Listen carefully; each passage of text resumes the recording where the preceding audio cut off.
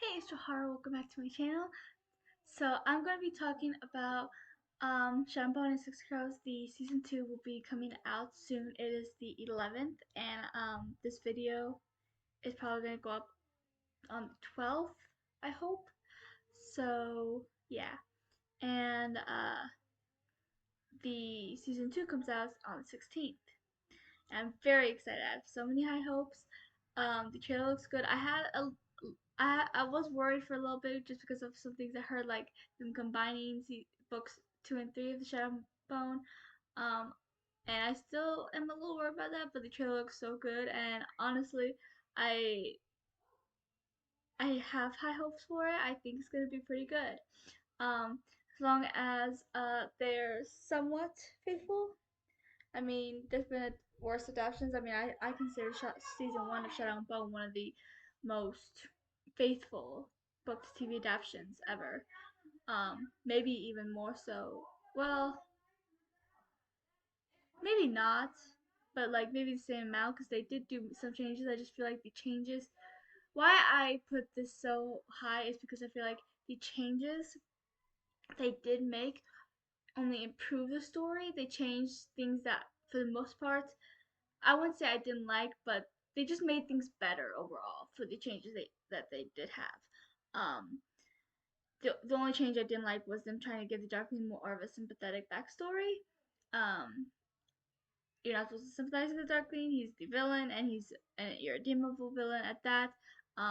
That's an issue I had with Harry Potter trying to make you sympathize with Snape when I can. I mean, I feel like there are people that read the books and still sympathize with him, but I still feel like he's irredeemable. At least to me, I'm a Snape anti. Snape is trash. I hate him, and I do feel like the Harry Potter movies are one of the more faithful adaptations to the books as well. But there are also a lot of issues I have with them. There are some scenes I like more than the books. Don't get me wrong. There are some things I think they did better, but some of my favorite things from the books they've ruined in the movies, like my favorite character and my favorite ship. So you know. Um, but so far the only issue I have had with Shadow and Bone was um them trying to make the Darkling sympathetic or something. I don't know, but I don't think they're gonna do that in season 2.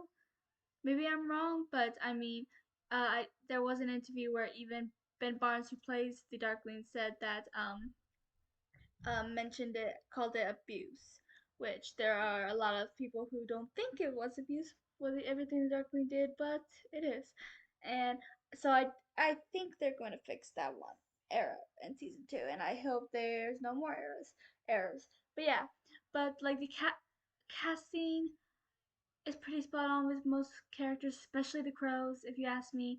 Um, the relationships and the like all types of relations, romantic and friendships, like they're all just so well done and good and so faithful. Like Kaz and Ash's relationship, how just little things. But this video, I'm gonna be talking about refer- references from season 1 of Shadow Bone that they kind of took from Six of Crows books because in the Shadow and Bone books, the crows obviously wasn't in there. I think in King of Scars you do find out that Nina was one of the Grisha children from I think it was the last book that the Darkling kind of kidnapped, if I remember correctly. It's been a hot minute since I actually read the Shadow and Bone trilogy. I just reread Six of Crows and Kingdom and rewatched season 1 of Shadow and Bone for this video because we're mostly talking about the crows. And I am excited for this video because I've been playing this video for a while. I've just been procrastinating. And I love talking about the crows. I haven't really talked about them much recently, and I really want to. So I have a list for my research I did while rereading and rewatching of references. Um, Let me get to it. References that Shadow and Bone made directly from the Six of Crows books, and it's just little things, which you'll see as I get into it. And just little details, and I mean some of them are big details, but it's like references that they get into in the Six of Crows books, and they briefly touch upon in the season one of Shadow and Bone, but don't fully get into because we aren't supposed to really get into it into the books. And as far as I know, they're planning on making a Six of Crows spinoff, which I'm pretty sure is why they decided to pact the books 2 and 3 of Shadow and Bone together so that we can get to the Six of Crows spinoff sooner. And I think they're doing that. And this is just theory. This may not even be true, but they don't want the actors to get, I guess, too old because it takes like a long time to do the filming and editing and then special effects and everything.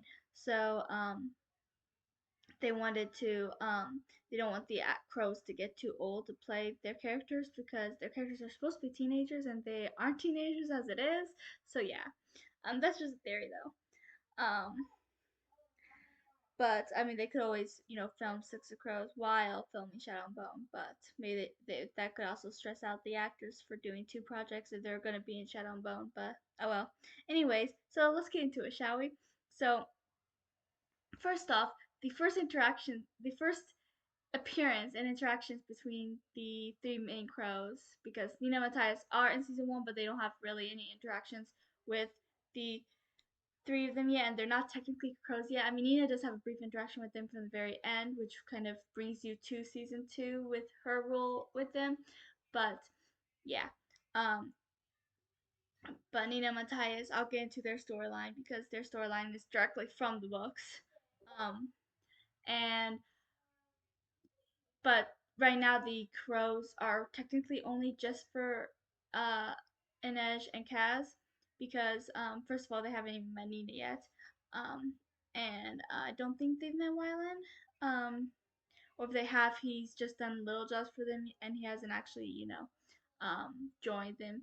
But Nina and Wylan, even though they've done in beginning Six Crows, even though they've done small jobs for them, they aren't really considered crows until they start this big job heist that they have, and then breaking Matthias out of Helge, and then he becomes crow as well. So yeah. Um. But anyways, back into the point. Uh.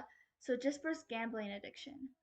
Um they showcase this a few times, including his very first scene, which I absolutely love. Because the first crow you meet is Jesper. He's at the Crows Club, and he is being Jesper, and he shoots a coin, proving it was not real or and authentic, and showing his great aim as well. And then Cash shows up saying how he's supposed to. He like puts his cane on the table, stopping Jesper, and their interactions is just so Kaz and Jesper. And then later on, you see Jesper's gambling addiction again when Kaz gives him money to buy coal that they need to get through the fold, and Jesper ends up gambling the money away and losing it all because it's Jesper. And I just love, like, I love the scene when he gambles the money away later on because it's just so Jesper. Like, he can't fight it as hard as he tries. He's like, overhears them, he overhears the people gambling, and then he's like, let's get the cool, but then he ends up not being able to resist it and ends up going back to the gamblers and gambling all the money away and losing it all because it's Jesper. I just feel like they showcased his gambling addiction really well in such a small scene. So I feel like those are the only two scenes that really shows his gambling addiction because there was too much going on to really showcase his gambling issues. But his gambling addiction is also very important, especially for Six of Crows plot, which if we do get the Six of Crows storyline, so showcasing it is very important, and I feel like they did very well. And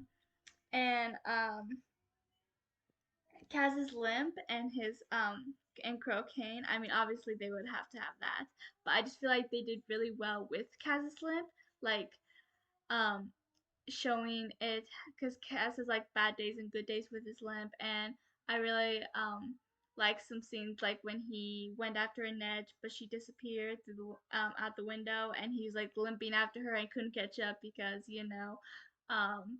So I just feel like they showcased his injury really well. Um, Kaz's gloves, he's always wearing them, and they're very important to his character. And I also like the detail of when he meets Inej, because another thing they did really well was Inej's first appearance and her and Kaz's relationship. Like Inej like shows up, and she doesn't have to say anything. She doesn't make a sound. He just knows she's there because in the books it's stated that after their first meeting, when she was able to sneak up on him, and mind this, she, she was wearing bells. She was wearing bells, and she still snuck up on him. And no one sneaks up on him, let alone with bells. But it's stated that after their first interaction, he's always been able to know when she was around, even if she didn't make a noise, didn't make a sound, or did whatever. So yeah, and but I really like him taking off his gloves, knowing she was there, because the only time he's ever really taken off his gloves was when it was just the two of them, and I really like that little detail. Like I said, a lot of these are just little details, but they're so important to the characters and the characters' relationships, and so yeah. Um, then Inej's talents, like I said, with her showing up, and then uh Kaz knowing she was there. It also showcased that with Jesper when it was just the two of them, and um Jesper didn't know she was there until she spoke up, and then when he turned because he heard Kaz, and then turned back, she was gone, and he was like, how does she do that? And it's funny. I love their relationship, and I feel like the show also showcased their relationship very well. Like I like how she was the first one to call Jesper Jess, because at this point they them haven't actually been working together that long, and um and yeah, so but it showcases her talents a few times. I like the scene when she broke into that place when they were trying to get the layout to the little palace to figure out a way in. Um, and there was a guard looking around, and she like was like behind him, moving as he moved, so that he wouldn't see her. And it just showcases her talents very well. But that's not her only talent. I mean, throwing knives with accuracy, which she did constantly, plus her acrobatics, since she grew up in like an acrobatic family, and like when they were all used they used Nesh and Jesper's talents to get in a ride to the little palace, and Edge doing that, and it's really it good. And I mean, I really like how they added those little details to show you that this is what she's good at, which is also important because her acrobatic talents and past is very important to some of their missions for the big heist in the Six Girls plot. So for people who haven't read the books, they know what she can do watching the season one, so that if Six Girls spinoff does happen, then no one will be surprised that she can do all this because we've seen her do stuff like that in the past. But yeah, um, and so like I said, the characters and relations were done really well. And I love Jesper and Kaz's intense relationship. Like they have this weird, like they fight at times, which is seen a lot, especially in Crooked Kingdom when Kaz is still, mad at Jesper for what happened. But I uh love. I feel like they have this brotherly relationship, and as much as Jesper annoys Kaz does care about him, and I feel like we don't see that side of Kaz very often. I love this one scene in the show in the last episode with the big fight on the fold, and when Jesper pushes or Kaz pushes Jesper out of the way of their Darkling trying to hurt him, and I really like that. I don't know why. Maybe it's because I like their relationship, and I feel like we don't always get enough of showing Kaz actually caring about Jesper. But yeah, and Nesh and Jesper's friendship, I really like I said, mentioned the part with her sneaking up on him and then disappearing, and I like their talk after she had been stabbed or she hadn't been stabbed, but she got like injured and she was bleeding. Um, and and then the uh their little and there's just so many scenes, like the scene when they're still trying to figure out how to, get through the fold and all that, and they're talking, and then Jasper was like, I have an idea, and Edge was like, we're gonna be here all day, and he's like, rude. I just love the relationship in the books, and I feel like these shows showcases their relationship so much because they do care about each other a lot, which is seen, but they also tease each other like a brother sister relationship, and I absolutely love it. um, and then Kaz, and I love how Kaz would do anything for that much Kruger, and I love how he is showcased him trying to figure out a plan, and every time his plan went wrong, he just tried to come up with a new plan, and he didn't give up with his end goal. I mean, he didn't end up taking Alina, but um, it also showcased how much he cares about Neж by not doing that, because she was the main reason why he didn't. Um, but he still constantly throughout the show, every time a plan failed, he would come up with a new one, and he would figure out because he did not stop until he got what he wanted, which is so Kaz. Um, and I love Kaz's, and I love how it showcased Kaz's hatred for Pekka Rollins, because at this point we and if you've just seen the show, you don't know his history with Pekka Rollins, and you don't know his hatred for it. But even in the books, Inej Inej was the first one to find out the truth about Kaz's issues with Pekka, and in the show, there was a scene where Inej and Jesper were talking, and Inej had made a comment about how much Jesper despised Pekka Rollins, and uh, and Kaz and Pekka's interactions were just perfect and so true to the book. Like I said, season one's just been so true to the book. I hope season two is. I have a feeling it will. I've seen the two clips that they've had out so that they released so far. The one with Lena, Mel, and Nikolai, and the one with the Five Crows because Matthijs is in Hellgate. And I swear, so far it seems like they're being so true to the characters still. Like Nina looked all flirty, and Violet's little stuttering, and Jesper and his interactions, and Nikolai's smugness, and it just everything. I swear. Um. Then there was a scene with the where they got Harvender, and when she raised her hand like this and Inej looked at something that was on her arm, I paused it and tried to get a close look. I couldn't exactly tell what it was. um Honestly, at first it looked like a tattoo, but when it zoomed in on Inej looking at it, it looked kind of like burn marks. I don't know, but she might have that might have been like her thinking about her past because of her own issues and her tattoo. Because they also do very well with her issues with Helene, her hatred towards Helene, her wanting to end slavers, which is a big part of what she wants to do once she gets her money that will free her. And um and yeah, and I love the scene when she goes to Helene and then she takes out all those knives because Inej has a lot of knives, so I really like that detail as well.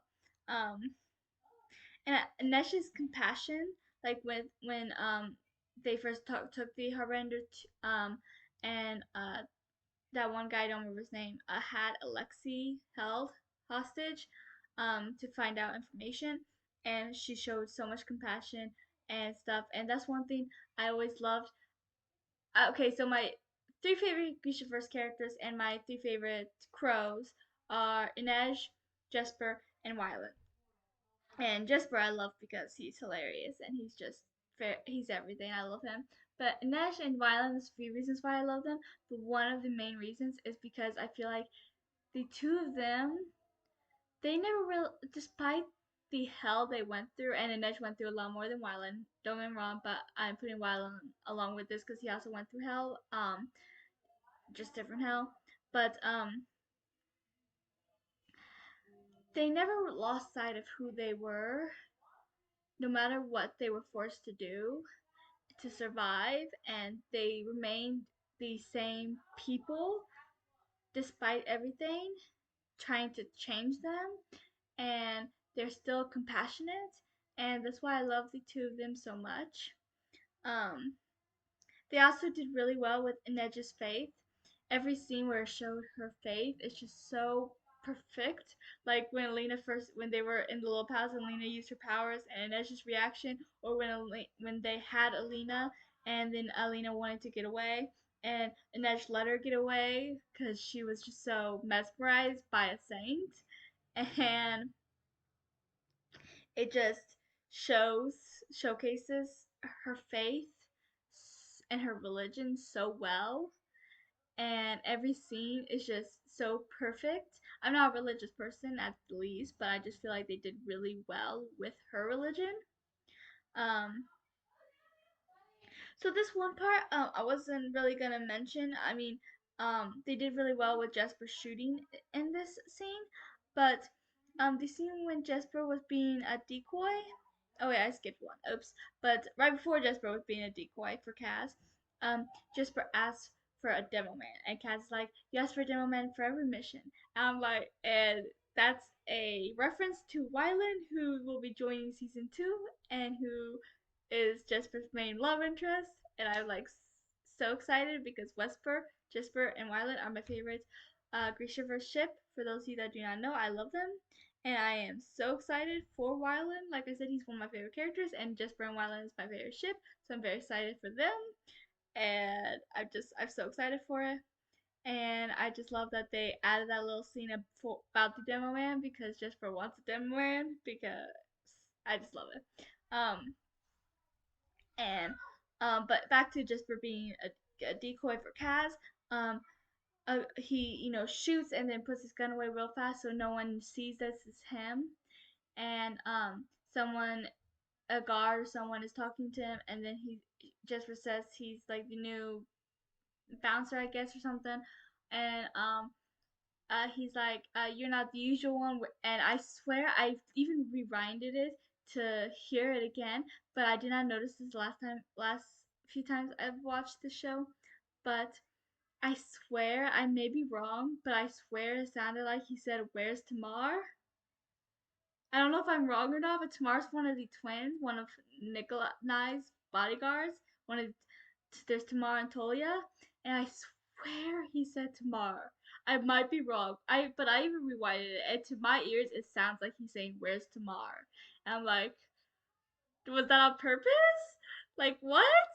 But I had to mention it. I don't know if anyone else noticed that, but it was after I mentioned about Inej coming to Jesper, and then him about killing a man, and then disappearing, and then him and Cass walk away, and that's when he also asks about the demo man, and then that's when he is Cass's decoy, and that's when it happens, and it's just I'm like, did that actually happen? Because I'm not sure I heard it correctly, but I think I did. At least that's what my ears heard.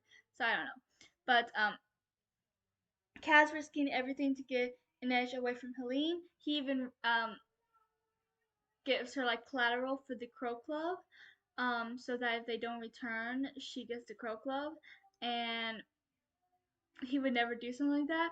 But it mentions uh that Inej is Kaz's weakness a few times because at the end of Six of Crows, you see how much of a weakness she is to him.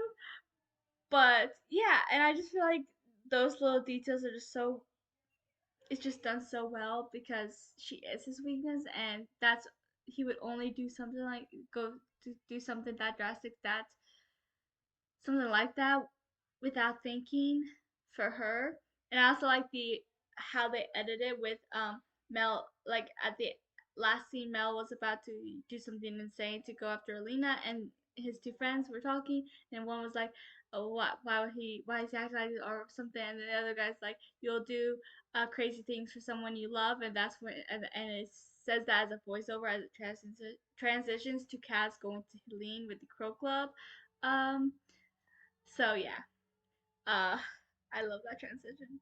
Um, Nina being kidnapped by Grisha hunters. Um, I'm gonna get into Nina and Matthias' storyline here in a minute.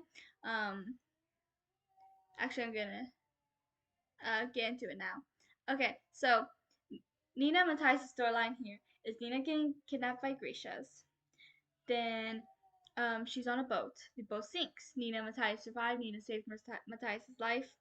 And then they go on this journey where they're constantly fighting. There's even a line that's directly from the books where Matthias says something about it's not right for women to fight, and she's like, it's not right for someone to be as stupid as they are tall. But oop, there you are. And I pretty that's like just about line from the books. But anyways, the scene when they were trying to warm up and they had to take off their wet clothes and are forced together. And then there's the scene when they're laughing and he admits to liking her and they're joking around. And then she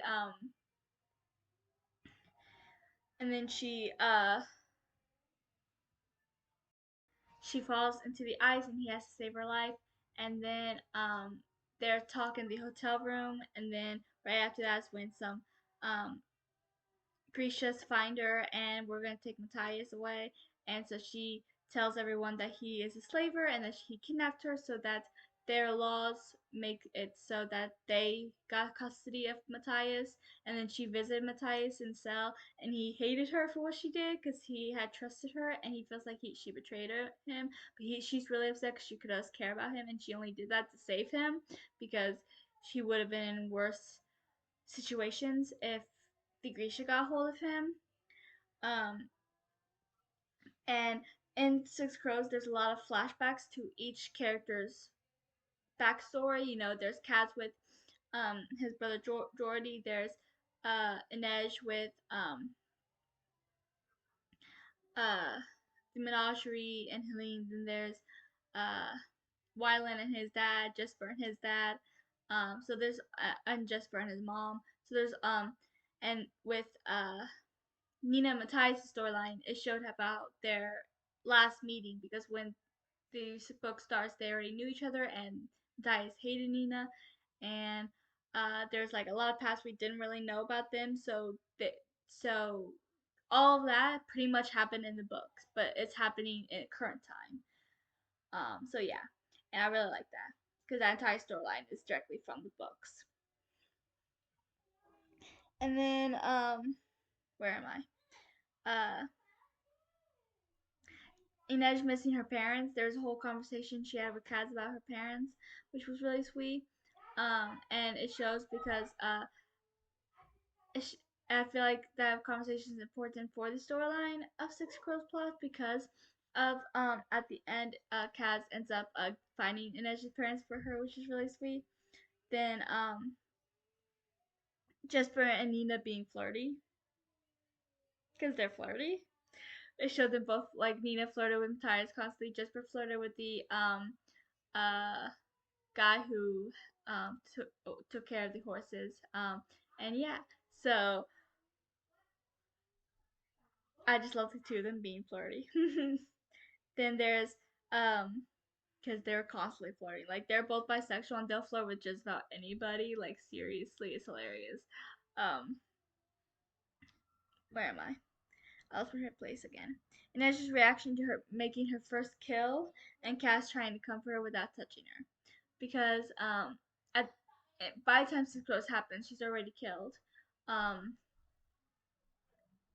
and here it shows her making her first few kills, and her first kill she made in order to save Kaz, and her second kill she only made because the I think it was Harbender, the Grisha tried to was had well she went after her, but she threatened everyone in Edge Loves, which is pretty much just Kaz and Jesper at this moment because she doesn't know where her brother or her parents are. But yeah, so and I love how Cass tried to comfort her about it because she was really upset and broken up about it.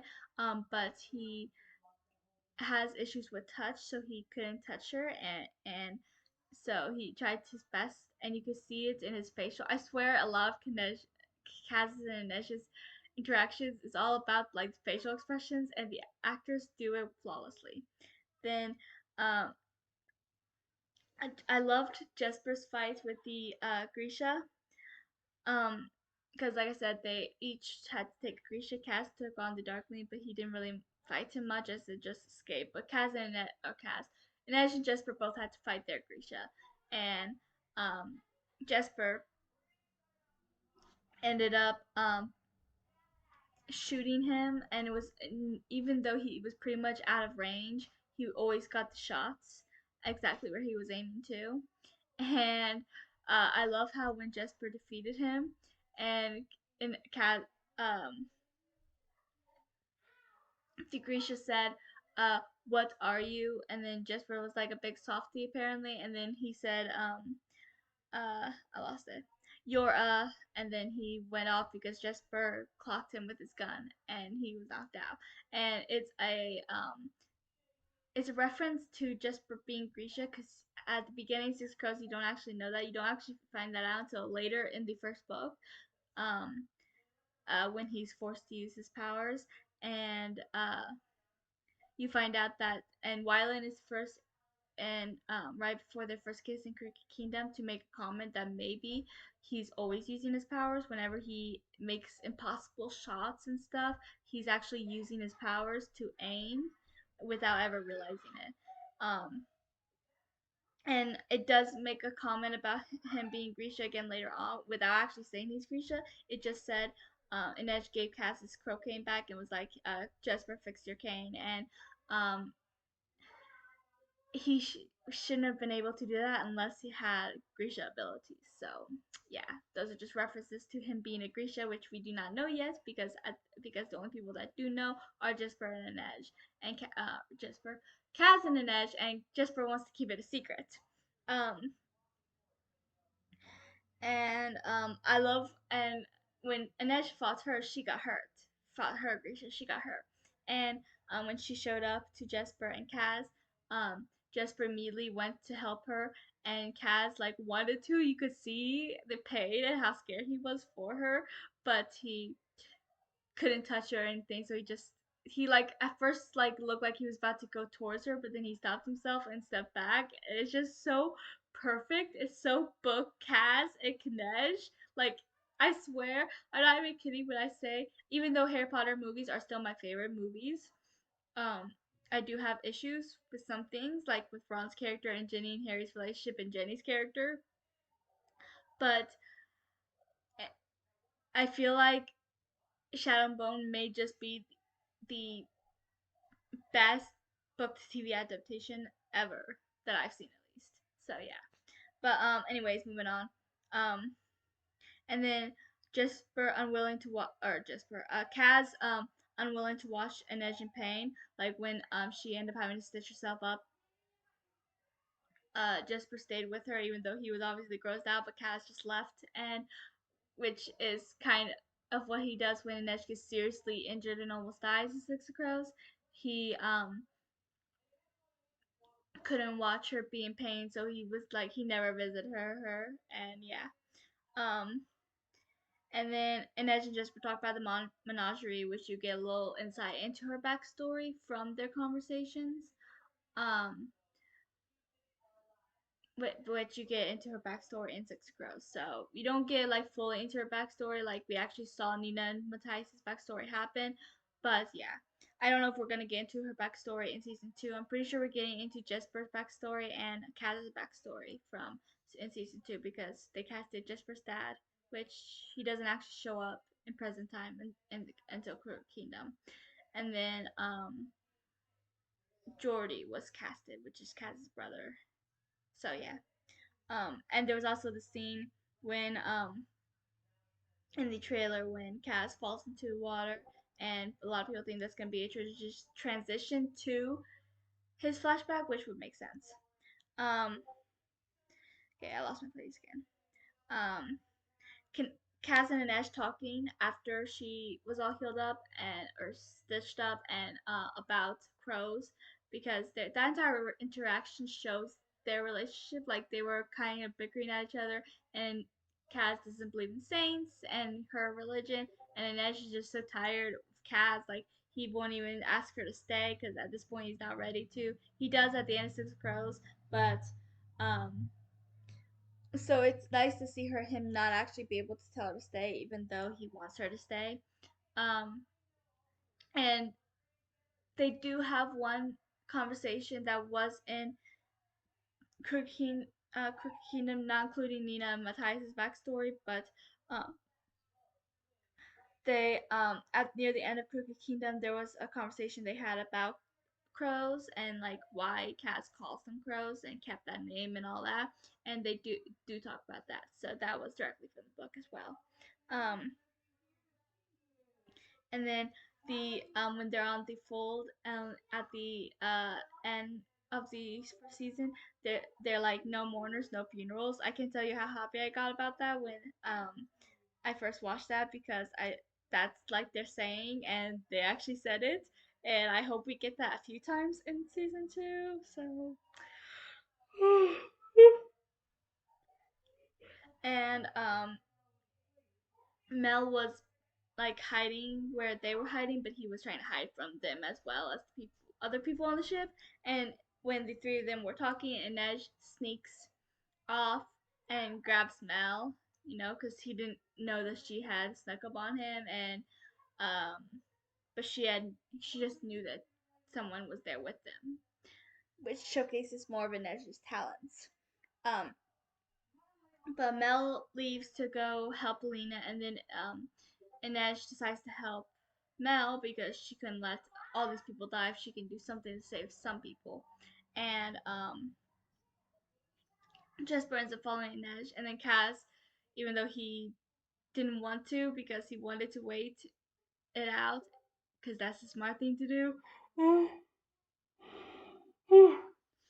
He ends up following because he cares about Jesper and Inej, and he couldn't let anything happen to him. And then that's when he ends up saving Jesper, because I mentioned that earlier. And then he ends up saving Inej too from a Valkyra. Um, and then we see when Elena gives Inej a knife, Inej says, "I know, just wanted to name it," which is also a thing from the books, because which I don't think was actually mentioned in the. Yeah, it wasn't. But she names each of her knives after a saint. So yeah. Um, and then with the necklace that is worth a lot that Elena gave Kaz, he was able to pay off her indenture fully, because when Six Crows starts, her indenture is fully paid off. And then the Kaz not wanting Inej to leave, but he can't yet bring him to stay. Bring himself to ask her to stay. But so he said the next best thing, which at the time was the best he could do, which is, but we do need you, I need you, which is the best he could have given her at the time. So she agrees to stay, mostly because she wanted to see the look on Helene's face when she destroys her, because she made it a vow to basically destroy her. And Kaz was like, uh, and so Inej, but Inej was like, but then we'll see.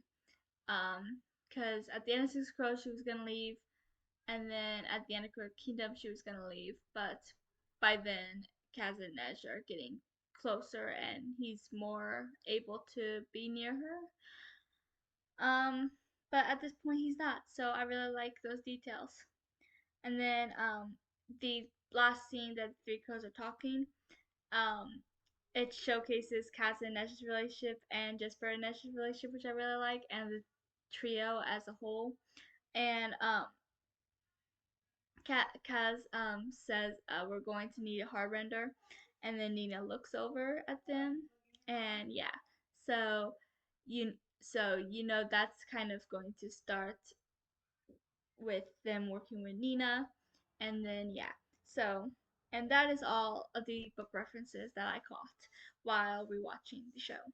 And yeah, so please like, subscribe, and comment which of these little details or references you enjoyed the most. I would be happy to hear them and converse with you in the comments, because I loved rewatching season 1 and rereading Six Crows and Crooked Kingdom, and I'm so hyped and ready for season 2.